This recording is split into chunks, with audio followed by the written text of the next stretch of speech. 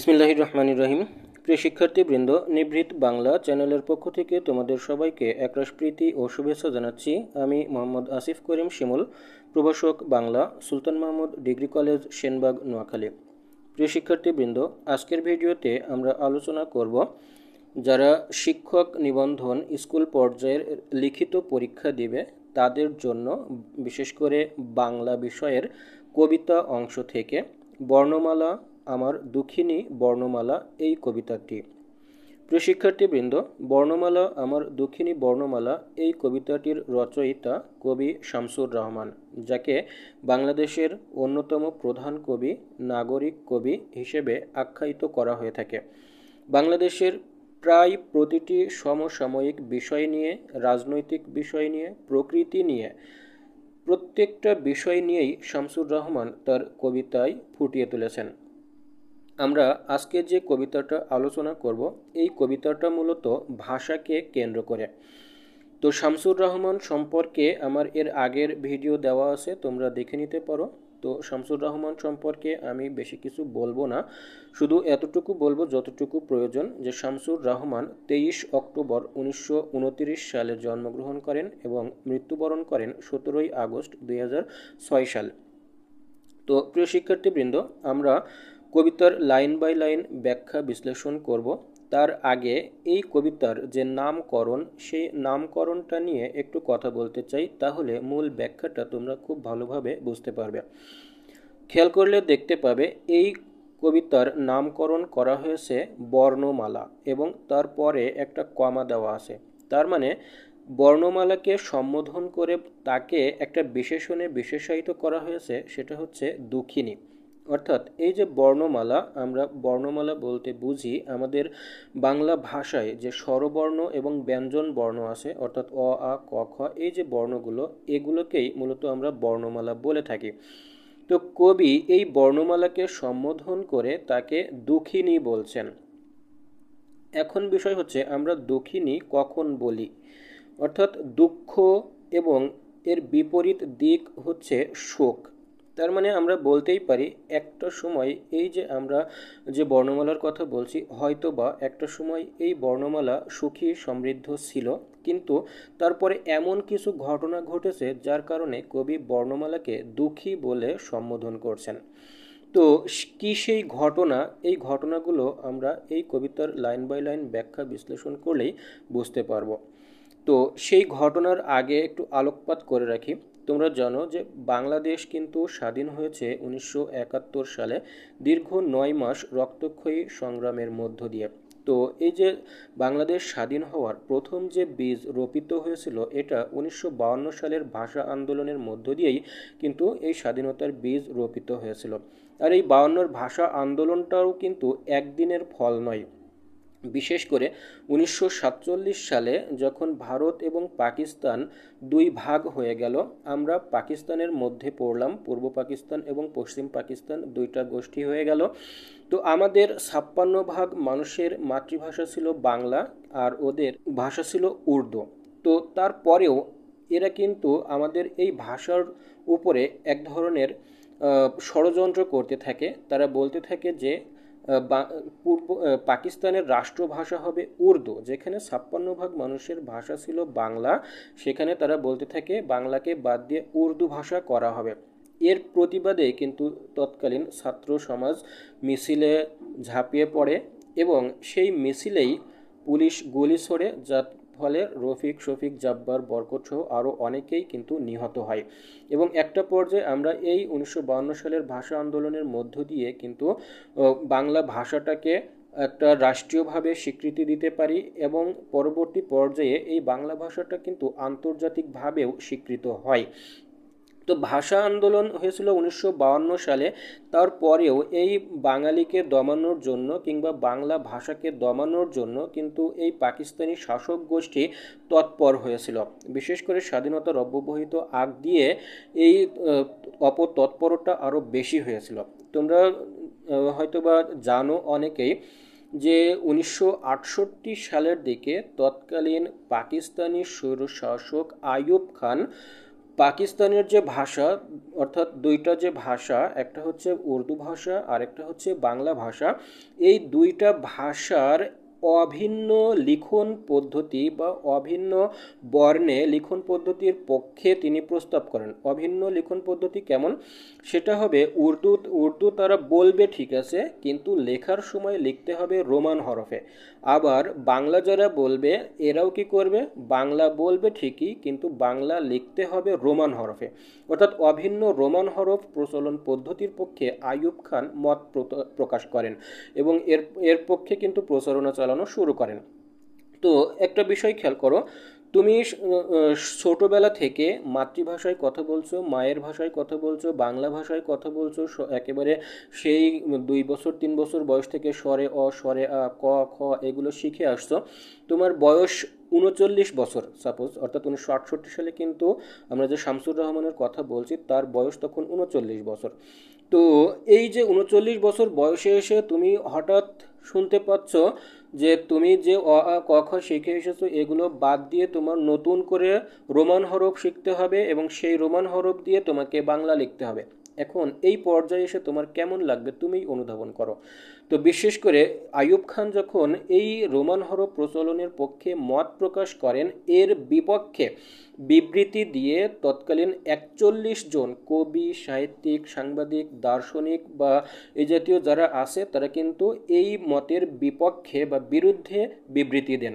এবং এরই যে 41 জন বিবৃতি প্রদান করেন তার মধ্যে কবি শামসুর রহমানও ছিলেন অন্যতম একজন। বুঝতেই পারছো 39 বছর বয়সে ভাষা নিয়ে কি দারুণ একটা ধাক্কা খেলেন তিনি।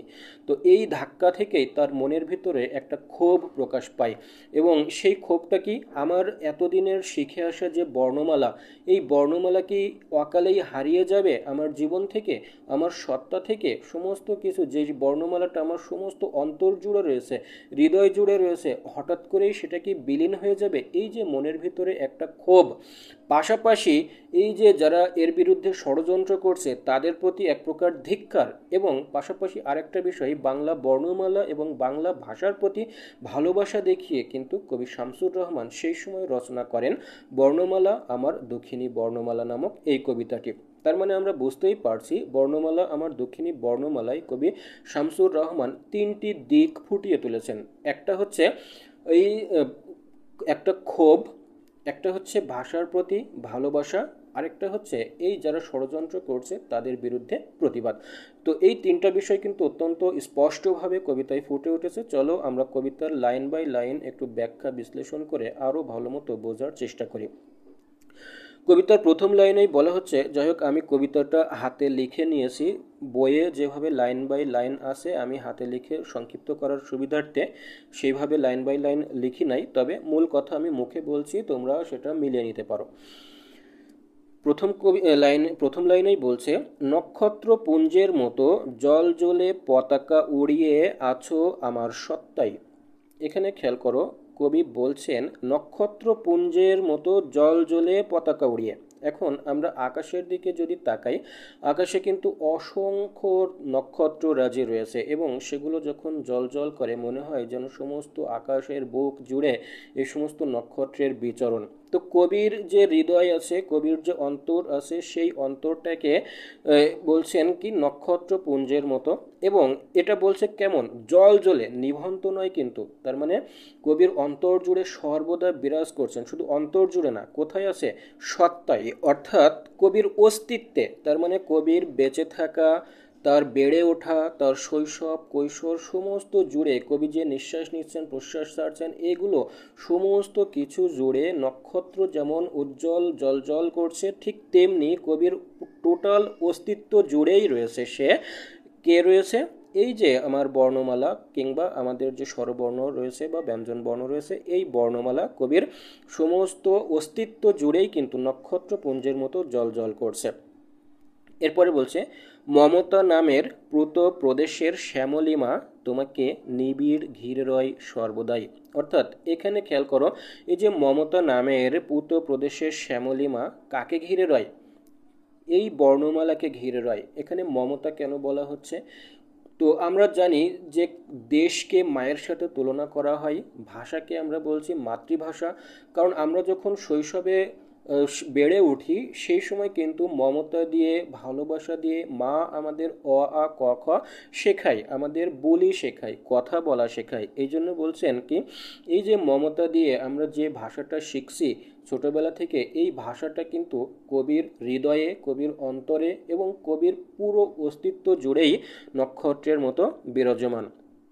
কালো রাত পোহানোর পরের প্রহরে শিউলি শৈশবে পাখি সব করে রব বলে মদনমোহন তর্কালঙ্কার কি ধীরদত্ত স্বরে প্রত্যহ দিতেন ডাক। এই জায়গায় কবিতার শৈশবের স্মৃতিচারণ করছেন। সেই সময়ে একটা মদনমোহন তর্কালঙ্কারের একটা ছড়া কিন্তু বিখ্যাত ছড়া ছিল, যে পাখি সব করে রব রাতি পোহাইলো কাননে কুসুম কলি সকলি ফুটিল। এই একটা কবিতা ছিল, শৈশবের কবিতা, আমরাও পড়েছি আদর্শলিপি বইয়ে। তো বিষয়টা হচ্ছে কবি বলছেন কালো রাত পোহাবার পরের প্রহরে, অর্থাৎ আমরা জানো যে 52 ভাষা আন্দোলন হয়েছিল, এই ভাষা আন্দোলনের সময়টাকে বলা হচ্ছে কালো রাত, রাত পোহানো, অর্থাৎ আমরা বাংলা ভাষা পেয়েছি, তার মানে কালো রাত পোহায়ে গেছে। এরপরে 1968 সাল, অর্থাৎ কালো রাত 52 পরে 68 সাল, 52টা হচ্ছে কালো রাত পোহালো আর 68 সালটা হচ্ছে তার পরের প্রহরে। তো এই সময়েও কিন্তু কবি কী করতেন, যে মদনমোহন তর্কালঙ্কারের যে ইয়েটা আর কি কবিতাটা ছড়াটা, কবি কিন্তু এই ছড়াটা সেই সময় শৈশবেও শুনেছেন।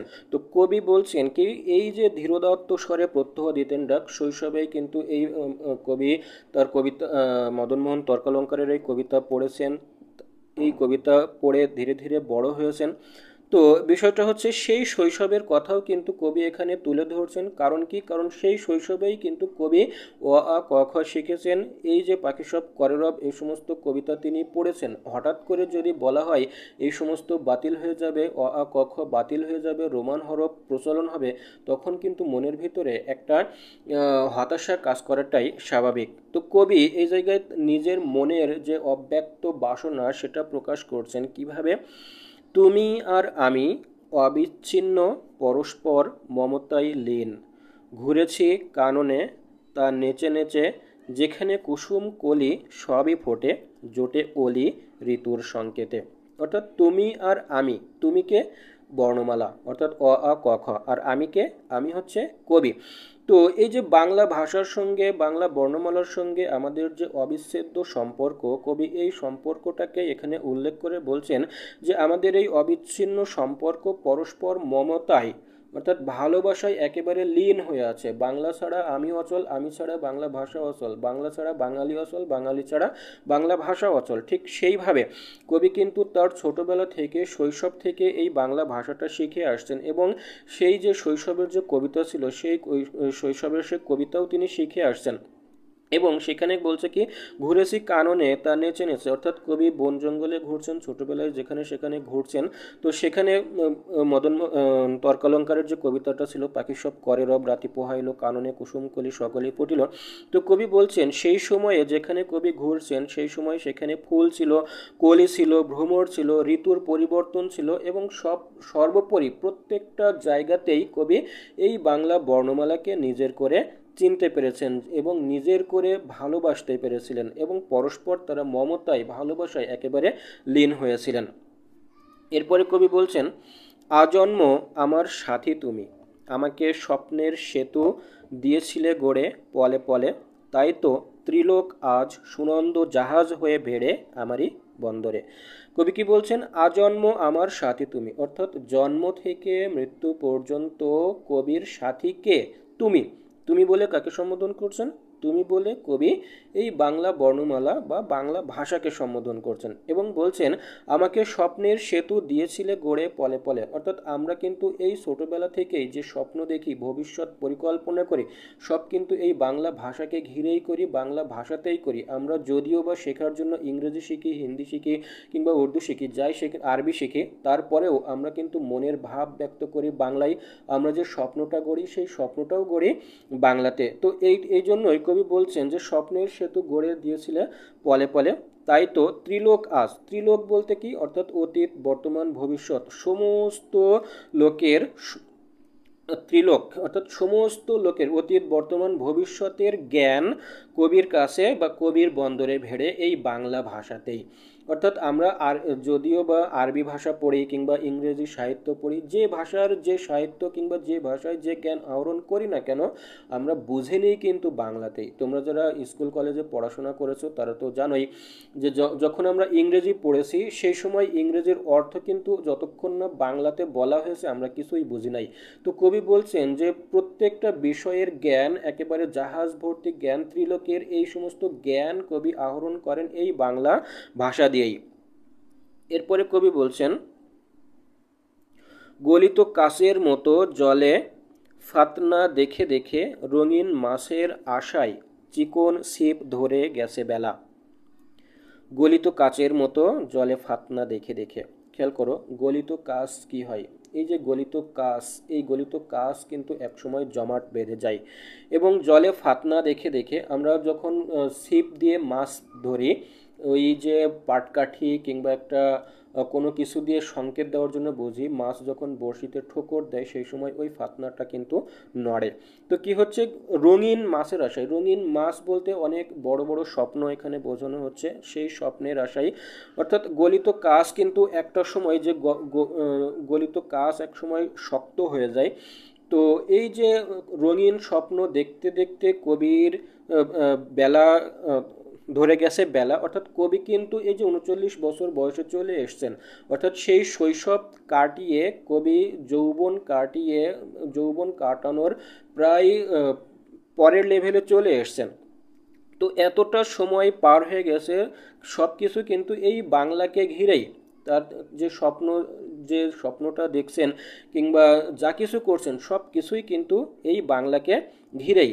তারপরে এই যে কবি বড় হয়ে গেছেন কিংবা তার সময় অতিবাহিত হয়ে গেছে সব কিছু বাংলাকে ঘিরে, তারপরেও কবি কিন্তু সেই স্মৃতিচারণটাই করছেন। মনে পড়ে কাঁচি দিয়ে নকশা কাটা কাগজ। তোমরা ছোটবেলায় জানো অনেকেই আমরা কাঁচি দিয়ে কাগজ কেটে কেটে বিভিন্ন ধরনের নকশা করে আমরা খেলা করেছি, সেই কথাটাই বলছেন, কাঁচি দিয়ে নকশা করা কাগজ এবং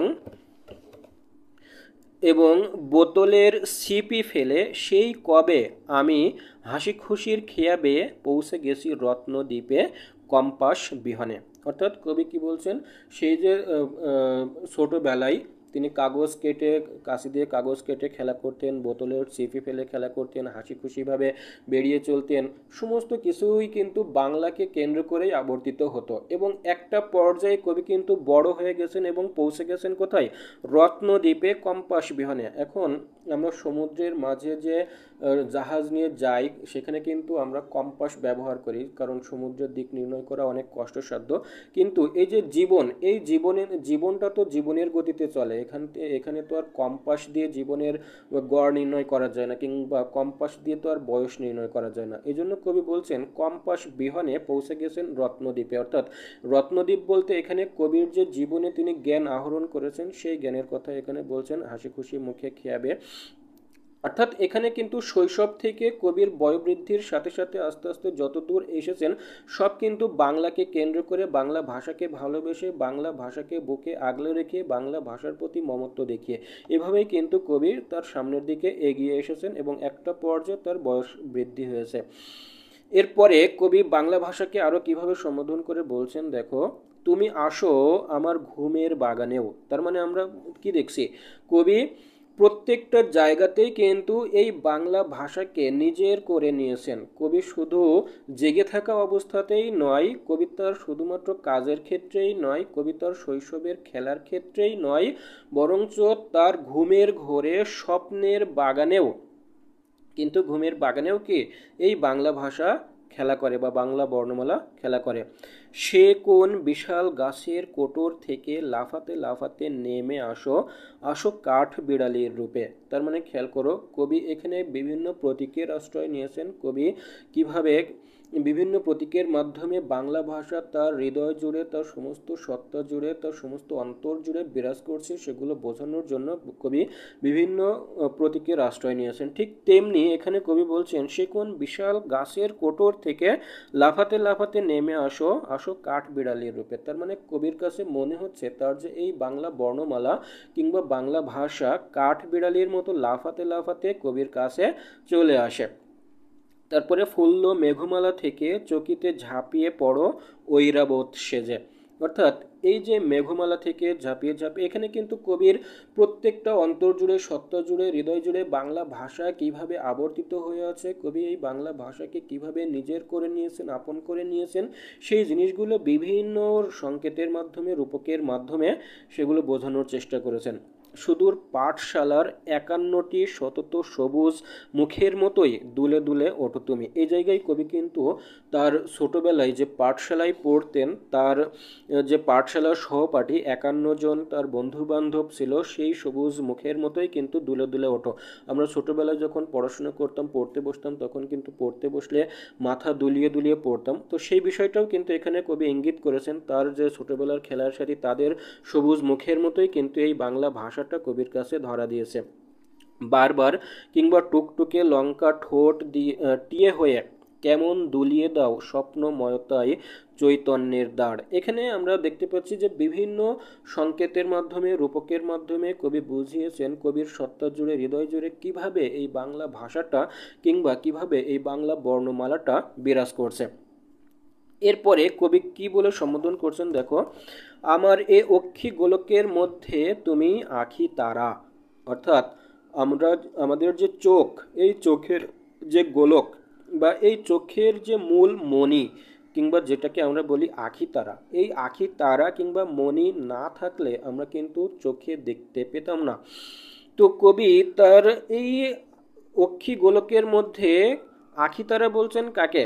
তুমি, তুমি বলে কাকে সম্বোধন করছেন? বর্ণমালাকে। অর্থাৎ কবি বর্ণমালাকে বলছেন যে তুমি আমার চোখের মণি।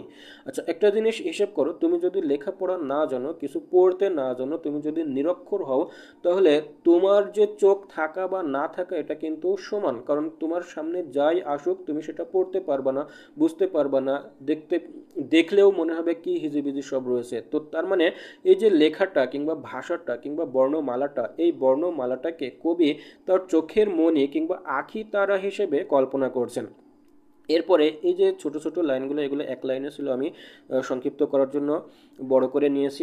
কবি বলছেন কি, যুদ্ধের আগুনে, মারির তাণ্ডবে, প্রবল বর্ষায় কি অনাবৃষ্টিতে, বারবনিতার নূপুর নিক্কণে, বনিতার শান্ত বাহুর বন্ধনে, ঘৃণায় ধিক্কারে, নৈরাজ্যের এলো ধাবাড়ি চিৎকারে, সৃষ্টির ফাল্গুনে, হে আমার আখি তারা তুমি উন্মিলিত সর্বক্ষণ জাগরণে। তার মানে এখানে খেয়াল করো, কবি প্রথমে বর্ণমালাকে তার চোখের মণি হিসেবে সম্বোধন করছেন এবং এই চোখ দিয়ে তিনি যা যা দেখছেন সমস্ত জায়গায় কিন্তু এই তার বাংলা ভাষাকে বলছেন যে তুমি সব সময় কি উন্মিলিত এবং সর্বক্ষণ জাগরিত। এবং কবি কোথায় কোথায় তার বাংলা ভাষাকে বা বাংলা বর্ণমালাকে দেখছেন দেখো, যুদ্ধের আগুনেও তিনি এই বাংলাকে দেখছেন, মারি অর্থাৎ মহামারী যখন তাণ্ডব সৃষ্টি করে সেই তাণ্ডবের ভিতরেও কবি বাংলা ভাষাকে দেখছেন বা বাংলা বর্ণমালাকে দেখছেন, প্রবল বর্ষার মধ্যেও কবি এই বাংলা বর্ণমালাকে দেখছেন, এমনকি অনাবৃষ্টিতেও কবি বাংলা বর্ণমালাকে দেখছেন, বারবনিতার নূপুর নিক্কণে, বারবনিতা বলতে তোমরা আমরা যেটা বুঝি সেটা হচ্ছে বেশ্যা, যেটাকে বলা হয় আর কি। তো তাদের নূপুর নিক্কণে এবং বনিতা অর্থাৎ স্ত্রীর শান্ত বাহুর বন্ধনেও কিন্তু কবি এই বাংলাকেই দেখছেন। এমনকি ঘৃণায়, ধিক্কারে কিংবা নৈরাজ্যের এলো দাবাড়ি চিৎকারে, সমস্ত জায়গায় আমরা প্রথম লাইন যেটা দেখেছি যে সত্তা জুড়ে, সমস্ত সত্তায়, তার মানে এই জায়গায় কিছু কিছু বিশেষণে বিশেষায়িত করে দেখিয়েছেন একেবারে প্রত্যেকটা আনাচে কানাচে, অলিতে গলিতে, সমস্ত শিরায় উপশিরায়, যেখানেই বলো না কেন কবির সাথে বাংলা বর্ণমালার, বাংলা ভাষার যে অবিচ্ছেদ্য সম্পর্ক, এই সম্পর্কটাকে বোঝানোর জন্যই কবি কিন্তু এতগুলো বিশেষণে বিশেষায়িত করেছেন এবং বলছেন সমস্ত জায়গায় আখি তারা হয়ে উন্মিলিত এবং সর্বক্ষণ জাগরিত রয়েছে এই বর্ণমালা।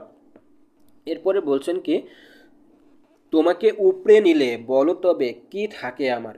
এই লাইনটাই কিন্তু এই যে কবিতার একেবারে মনে করো যে টার্নিং পয়েন্ট, এবং এই কবিতার মূল বা এই কবিতা লেখার মূল যে ইতিহাস, সেই ইতিহাসটা লুকিয়ে রয়েছে এই লাইনটাতে। তোমাকে উপড়ে নিলে বলো তবে কি থাকে আমার। অর্থাৎ আমরা একটু আগেই যে এতক্ষণ পড়লাম, যত দূর আলোচনা করলাম, সেখানে দেখেছি একেবারে আজন্ম শৈশব থেকে এ যাবৎ পর্যন্ত কবির শয়নে স্বপনে জাগরণে তারপর হচ্ছে তার প্রতিটি শিরায় রক্তে উপশিরায় প্রত্যেকটা জায়গায় সমস্ত অন্তর জুড়ে তার সত্তা জুড়ে অস্তিত্ব জুড়ে সমস্ত জায়গায় বাংলা ভাষাকে যেভাবে আপন করে নিয়েছেন, বাংলা বর্ণমালাকে যেভাবে আপন করে নিয়েছেন, এই বর্ণমালার সঙ্গে কবি যেভাবে মিলেমিশে একাকার হয়েছেন, লীন হয়েছেন, সেই জায়গায় হঠাৎ করে যখন কানে আসলো এই বাংলা বর্ণমালা থাকবে না, এখানে রোমান হরফ চালু হবে, এই জন্যই বলছেন এই বাংলা বর্ণমালাকে উপড়ে যদি রোমান হরফ করা হয় তাহলে আমার জীবনে আর কি থাকে। এজন্য বলছে তোমাকে উপড়ে নিলে বলো তবে কি থাকে আমার। 1952 দারুণ রক্তিম পুষ্পাঞ্জলি বুকে নিয়ে আসো সগৌরবে মহীয়সী। এই মহীয়সী বলতে বাংলা ভাষাকে বোঝানো হয়েছে। তোমরা জানো যে 1952 সালে যে রক্তক্ষয়ী বা 52 সালে যে ভাষা আন্দোলন হয়েছিল, রফিক শফিক সালাম বরকত জব্বার এদের বুকের যে তাজা রক্ত, এই জন্য এটাকে বলছে রক্তিম পুষ্পাঞ্জলি বুকে নিয়ে আসো সগৌরবে মহীয়সী। অর্থাৎ 52 সালের ভাষা আন্দোলনে আমরা যে বাংলা ভাষা পেয়েছি, এই জন্য কবি এটাকে বলছেন যে সগৌরবে বাংলা ভাষা কিন্তু দাঁড়িয়ে আছে 52 ভাষা আন্দোলনের পরেই।